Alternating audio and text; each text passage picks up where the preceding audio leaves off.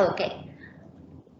Now, for understanding these tensors in a better way, you need to know about a different rotation system.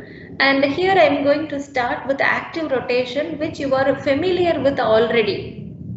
See, here I have shown you a frame of reference, a three-dimensional Cartesian system x, y, z, and I mark a point and x, y, z coordinates of the point mark. From the origin, I have drawn a position vector, and if I rotate this position vector to some other place, from x, y, z to a new parametric difference x prime, y prime, and z prime. This is called active rotation.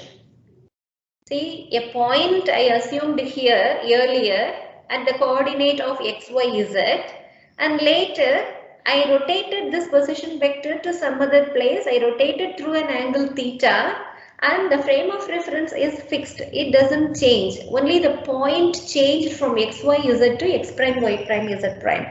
This is what the rotation we normally consider throughout. This kind of rotation is called active rotation. But it is not the only possibility. There is another kind of rotation which is called passive rotation. Let's see that. Okay, here the r and r prime are marked. Now the position vector is changed r to r prime. Now the passive rotation. Look at this picture. I am considering again the same frame of reference x, y, z, and I am considering a point with the coordinates x, y, z, and this is the position vector which is r. Okay, and now in the previous case I rotated this position vector r through some angle theta.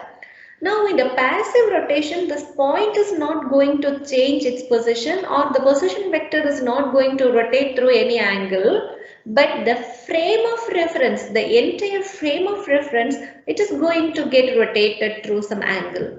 That means the entire frame of reference x, y, z, the coordinate system itself is rotated through some angle. So now x is displaced to x prime, y is displaced to y prime, z is displayed to z prime. So this is called passive rotation. Earlier the frame of reference was fixed one, only the point was rotated. Here the point remains the same and the frame of reference is rotated. So what happens to your point? The same point now with respect to the first frame of reference, it has the coordinates x, y, z. The same point, same position vector, it can be described in terms of x prime, y prime, z prime also with respect to the new displaced coordinate system also. So the same point is now specified by two coordinate points. And you know I, j, k are the unit vectors for the first frame of reference. Now after rotation of the frame of reference, you can name them as I prime, y prime, j prime and k prime, the unit vectors. This kind of rotation is passive rotation. So now how will you write the position vector? The same position vector you can write in terms of x, y, z. You can write in terms of x prime, y prime, z prime also. So r vector can be written as xi plus yj plus zk, x prime, I prime. So you note down this. The unit vector also has changed. So I prime, j prime, k prime. So in terms of the new frame of reference, you can write the coordinates as x prime, I prime plus y prime, j prime plus z prime, k prime. Both are the same with respect to different coordinate systems. The old frame of reference and rotated frame of reference, including both of them, you have written r like this. This is called passive rotations. So when you deal with active rotations, when the frame of reference is fixed, we don't have to think about the tensors. It requires only scalars and vectors, that is sufficient. But when we go for such passive rotations, whenever some physical activities involve such passive rotations, you need to use tensors. So we will see where exactly the tensors are needed. I'm going to do this. The same expression, whatever I have written here, I'm going to take a dot product with I prime. You know I prime. I prime is the unit vector along x prime. X prime is the rotated coordinate axis, right? I prime is along x prime. I'm just taking a dot product with r vector or dot I cap. What happens here? R cap is xi plus yj plus zk. If I multiply, if you take a dot product with I prime, I write like this: x into I dot I prime plus y into j dot I prime plus z into k dot I prime. Similarly, on the other expression, when I take the dot product, I get x prime, I prime dot I prime plus y prime into j prime dot I prime plus z prime into k prime dot I prime. And if you look at this I dot I prime and all, there is some angle between it, right? And let us first finish this right hand side. I dot I prime, it will be 1. But if you see j prime dot I prime, j prime dot I prime, it is going to have 90° in between. Cos 90 will be 0. So j and I are the unit vectors. So the magnitudes will be 1. So 1 into cos 90 will give you 0. Similarly here 1 into 1, because k prime and I prime, they maintain 90° between, so this term also becomes 0. But I prime dot I prime, since the angle is 0, you get 1. So this entire right hand side you get x prime. Okay, so this here you will get x prime. Let us come to this expression: x into I dot I prime. It means 1 into 1, the magnitudes into cos of angle between these two directions. So whatever is the angle between I and I prime, if you take it as theta, cos theta you will get. We don't know the value exactly through which the main frame of reference was rotated. So you take it as theta, it's going to be x into cos theta. Similarly, you will get some other y into j dot I prime. J is here and I prime is here. It is going to be some angle. So that is another angle. And you have learnt about the direction cosines, right? This theta, cos theta is the direction cosine. So I dot I prime is equal to cos theta. That is the direction cosine, which let us take it as L1. Similarly, for every other thing, we can give names. For j and j prime, you can give some name like M1. And for k dot I prime, it makes some angle cos theta. We can name it as N1. That direction cosine, I am going to call it as N1. So this expression on the right hand side, it is x prime. So I am writing x prime, which is equal to x into cos of that theta, which is the direction cosine. I am writing like N1 plus y into direction cosine of this M1, y into M1 plus z into N1. I get an expression like this. X prime is equal to xl1 plus ym1 plus zn1. L1, m1, n1 are the cosines of the angles between the vectors. Or you can say it's the direction cosines denoted by L1, m1, n1.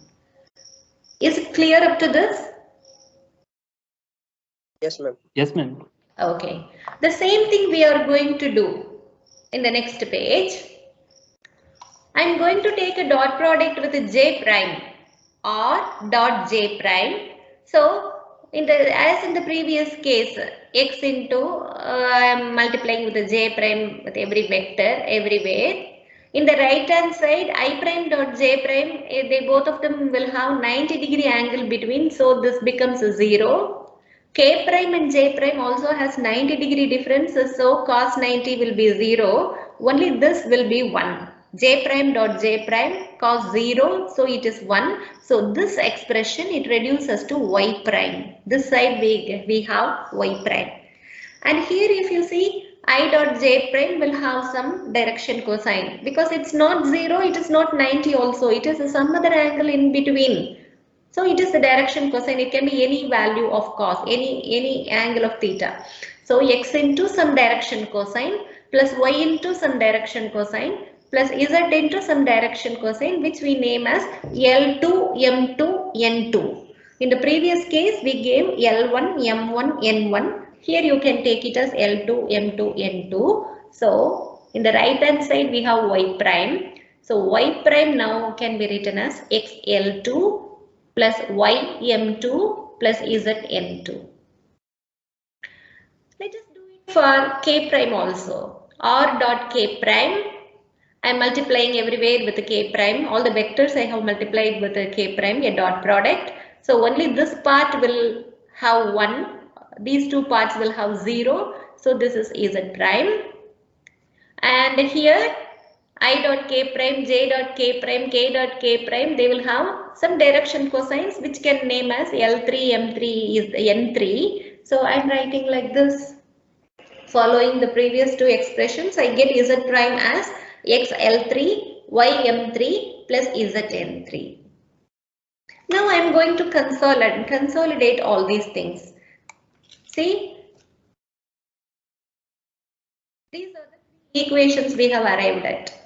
After taking this dot product, these are the 3 equations. I got it. So in the right hand side you have x, y, z, which is the first frame of reference. X, y, z frame of reference. In the left hand side we have the new frame of reference after doing the passive rotation. Right? So these equations are the transformation equations. You can transform into one coordinate system to another coordinate system. The same way here, you can transform this to the first frame of reference to the second frame of reference using these equations. So this is the transformation equations. This is the set of transformation equations. So these linear equations I can write in terms of matrix like this. Can we write like this or not? 3 equations. Yes, ma'am. Yes. See, x prime, y prime, z prime, I am writing as a column matrix. See, it's a column vector. We use the word 3 by 1 matrix. 3 rows and 1 column. This is called a vector. Right? We can write like this. And here L1, M1, N1, L2, M2, N2, L3, M3, N3. I make it as a matrix, 3 by 3 matrix. And x, y, z is another vector I am writing here. So if you make the matrix multiplication, you will end up with these equations, these linear equations. So these transformation equations I am writing in the form of a matrix. So you don't have any doubt up to this. Now this matrix, a general format of a matrix I am writing here, a matrix, general form. A11, that is first row, first column. This A, it is a generalized representation for any element. It can be any number, any variable, whatever it is. I am just writing it as A. 11 represents first row, first column. First row, second column. First row, third column. Second row, first column. Second row, second column. Second row, third column. Likewise, these surfaces, they represent the row and column numbers. So, I want to write like this. The same expression I am writing like this, x prime, y prime, z prime. Instead of writing all the elements, all the 9 elements of 3 by 3 matrix, can I write like this? A matrix can be written like this. A with the surfaces, I write A, and instead of writing specific number, I am writing a general notation like ij, and this I and j can vary from 1 to 3 any number. This entire matrix with A11 up to A33, I am just simplifying, like I am writing summation of this Aij where Ij vary from 1 to 3. Can we write like this? Yes, ma'am. Okay, yes, right. Now I am just denoting very simply. X prime, y prime, z prime, it is a vector. This matrix is a vector, right? So which is in the primed coordinate. That is after rotation we get the primed coordinates. So I am writing R prime, which is equal to this matrix I am writing as A, and this is without prime, unprimed coordinates. So R prime is equal to AR. This is the transformation.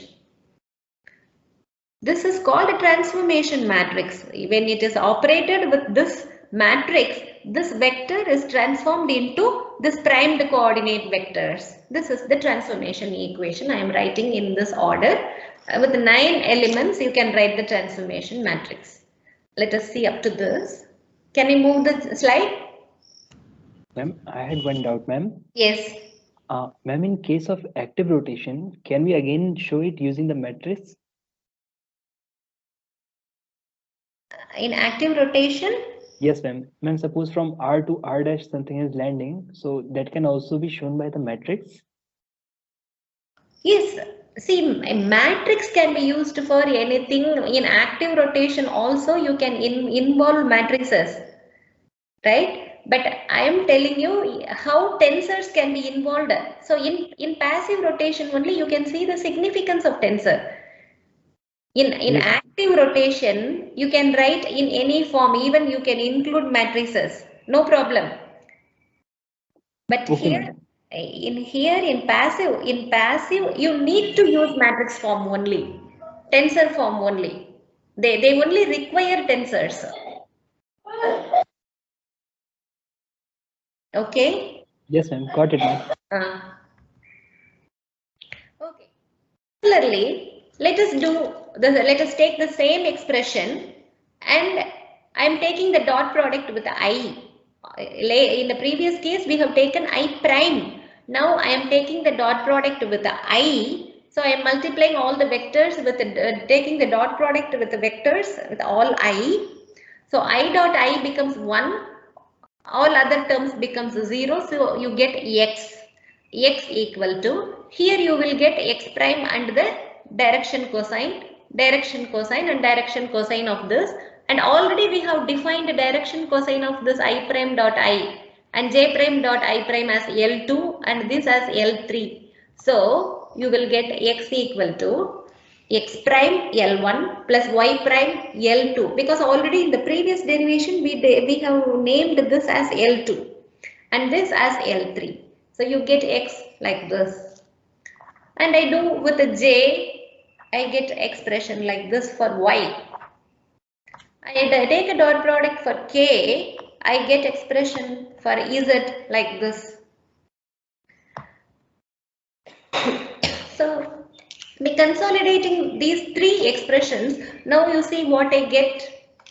I get XYZ as L1, L2, L3, M1, M2, M3, N1, N2, N3 as the elements, and X prime, Y prime, Z prime vector here. So this is the transformation equation for transforming primed coordinates into unprimed coordinates, and this is the transformation matrix. I can write like this as I have done in the previous case. I can do this, but you see whatever we had in the previous matrix, the elements and rows are interchanged. Whatever rows we had in the previous case, here it appears as the column, isn't it? There we had L1, M1, N1. Here it is L1, L2, L3. So the rows and columns are interchanged. That means matrix transpose of the matrix. That is why in this matrix I have written AJI. In the previous case, I wrote Aij. Whatever appeared as the row in the previous case now appears as the column. So I am writing Aji, or I can write like this because this matrix is the transpose of the previous matrix A. So R is equal to A transpose into R prime. In the previous case, it was R prime is equal to A into R. So these are the transformation. You understand up to this? Yes, ma'am. Okay. Now let's go to this. These matrices, whichever we have Ma'am, taken. Yes. a little portion was left. Can you please go back to the previous slide? Mm. Okay, fine, ma'am. No question? No, ma'am. Okay. So in the two derivations, what you have understood is this is the transformation parameter. This is the this matrix what we are taking. This is what is helpful for transformation from one system to another system, AJI or AIJ in the previous case. So summation of I and J varying from 1 to 3. As this is 3 by 3 matrix, it is varying from 1 to 3. Okay, so this part moving, thing is moving. Oh, okay, okay. So this part is a form of a tensor. See, this is an example. Don't worry much about this. This is a representation of tensors. See, summation of I and j varying from 1 to 3, a, k, I, a, l, j, t, i, j. This is another tensor, and this also you can call it as a tensor, because I told you a matrix 3 by 3 under certain circumstances it is called a tensor of rank 2, tensor of order 2 or tensor of rank 2. So this is a kind of example I am giving. This is also a tensor. Aij suffixes. There are two numbers in the suffix. Here also there are two suffixes. A tensor of order 2 is represented like this with the two numbers in the suffix or sometimes in the prefix also. So this is tensor of order 2. Now, just know about this. Now, later on, many changes were done for writing the tensors simplified. So, what they did was, instead of using the coordinates x, y, z, when it comes to tensor, we normally represent x1, x2, x3 because all suffix and prefix, these are very important in tensors. So instead of using many variables, we want to incorporate the suffix and prefix. So while coming to tensor, we no more write x, y, z, the coordinates as x, y, z. We prefer to write x1, x2, x3 with the suffix. Only then we can write like this, I changing from 1 to 3. We can easily write instead of introducing new variables every time. So x, y, z are transformed to x1, x2, x3. These are the conventions of tensors. During the development of tensor calculus and all, different conventions were made. So this is one of the conventions, earlier conventions, x, y, z are written as x1, x2, x3. Similarly, x prime, y prime, z prime, they were changed to x1 prime, x2 prime, x3 prime, because y z we are going to write like x2, x3. So x2 prime, x3 prime. Right? This is what we have seen in the previous derivation, x prime, y prime, z prime, and this.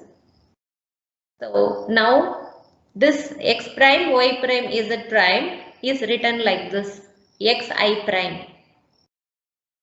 Isn't it easy? Instead of writing x, y, 3, z, three variables, instead of writing three variables, we have simply written xi prime, where I changes from 1 to 3. That means x1 prime, x2 prime, x3 prime, all the three are involved, right? So this entire part can be simplified as xi prime in tensor.